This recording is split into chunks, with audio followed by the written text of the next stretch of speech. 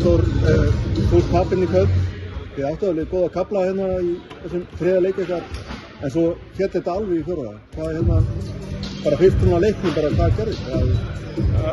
Bara, þú veist, við vorum ógeðslega flottar hérna, byrjuðum svona smá sló, áttum eiginlega leikinn og svo bara komu mjög stór skot hjá þeim og mistum aðeins frá okkur kranan hérna og það var bara reynsla og gæði sem fylgdi þeim hérna í lokin. Þannig að en við sýndum að eftir fyrsta leik þá fannst mér bara meiri hlutum sem tveim leikum við vera betri þetta liðið en því miður skilaði það ekki í því úrslitunum en við erum ótrúlega stoltir af mínu liði í þessari seríu og ég hef óskað þess svo innilega að við hefum getað fengið einn heimaleikur viðbót en svo bara við erum bara bítið það úr eftir en reynslan okkar fer aftur í Dalhús og hún helst þar í næsta ári og við höldum áfram að byggja á þetta.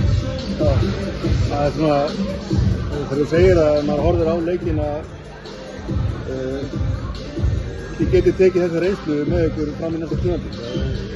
Ekki þetta fyrsta ár með þetta lið?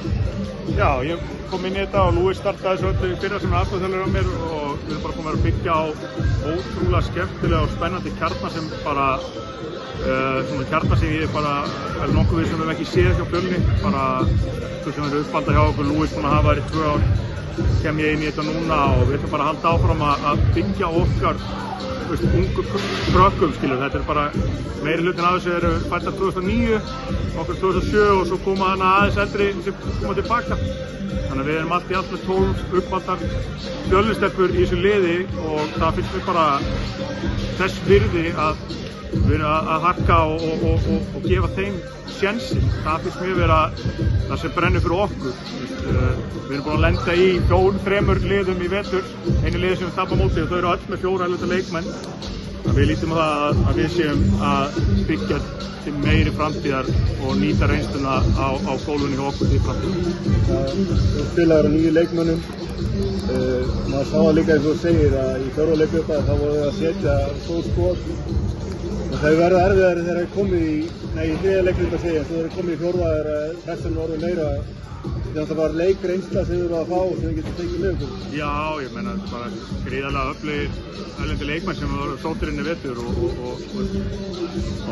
þetta er fyrsta sería sem margar eru að fara í gegnum sem er svona að vera að fara djúpt inn í hlutina og ég held að já, ég meina svo það skiptir heimavöllurinn máli og þeim líður vel hérna í Þorlákshöfn og sérstaklega Jóhannu sem er náttúrulega heimastelpan í þessu liði og átti flotta leikir í dag þannig að ég held að það er bara svona skiptmáli 1-2 skot og kannski, má aðeins passa að fólk sem fyrst kvenna má bera virðingu fyrir þetta eini leikurinn í deildakeppni og mér varst allavega, einn dómar hérna, það var bara í algjöru bulli þannig að það er bara persónulegt og örugglega ekki alveg allt hárrétt hjá mér en það er tilfinningin mín núna Það er sem að ræða þetta endalaust, bara það að